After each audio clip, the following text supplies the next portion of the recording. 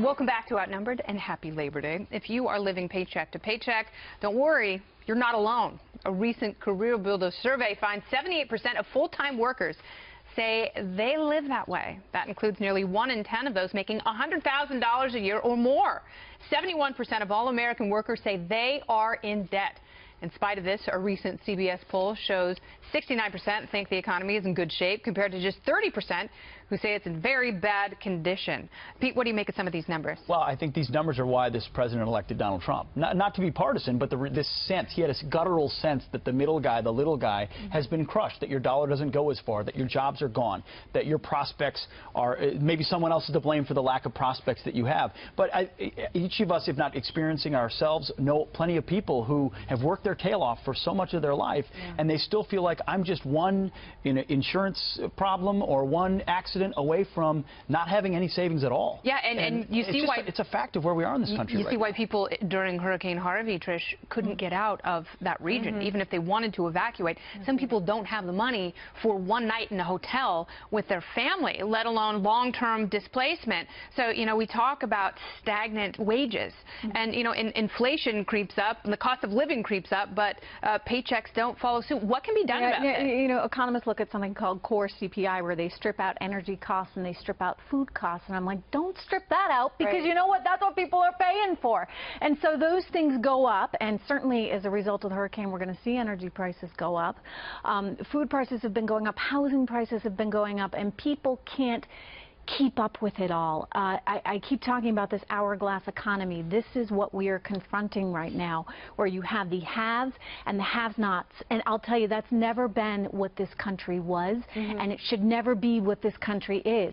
We have historically been as strong as we are because we have a tremendous middle class, and there's the opportunity to achieve prosperity.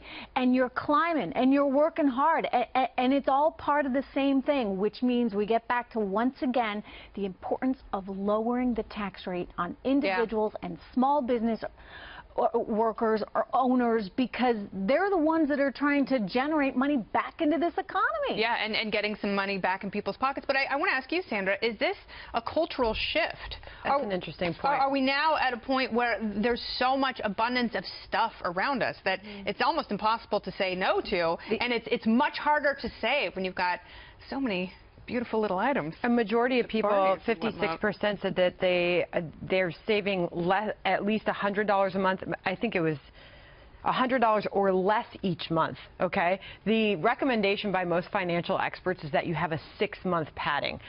Your emergency fund should be able to take you at least 6 months out, you know, medical bills to cover car bills, that sort of thing. But going back to your point about the change in psychology of spending in this country, 71% of all U.S. workers said that they're now in debt. That's up from 68% a year ago. The amount of credit card debt and household debt that is being taken on, it's astounding, and the lasting effect of that, you're looking out years, decades even, for many families. And you think about even all the kids that are graduating from school today, and they owe upwards of $100 grand in college debt, and you're lucky to get a job as a barista at Starbucks. I mean, you know, there's some challenging times ahead, and we have some structural problems going on in the economy, and I think that people have realized this. I mean, a lot of us here on this couch have kids, and you think about what is their future in this economy.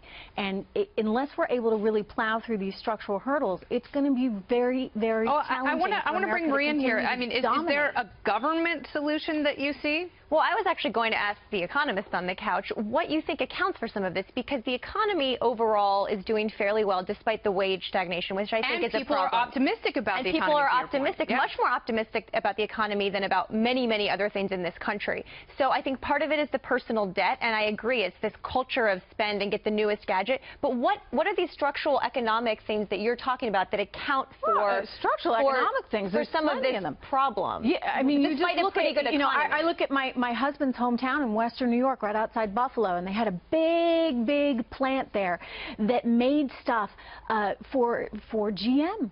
Well, guess what? All that stuff has gone to Mexico, or it's gone to Asia, and those people don't have jobs. It's like a ghost town. But to your analogy about being squeezed in the middle, it's this sense that if you're rich enough, take school debt, for example. If you're rich enough, you can pay for school. If you're poor enough, you maybe get loans or grants. And if you're in the middle, you're stuck with debt. There you go. And those are the ones getting hurt. Yeah.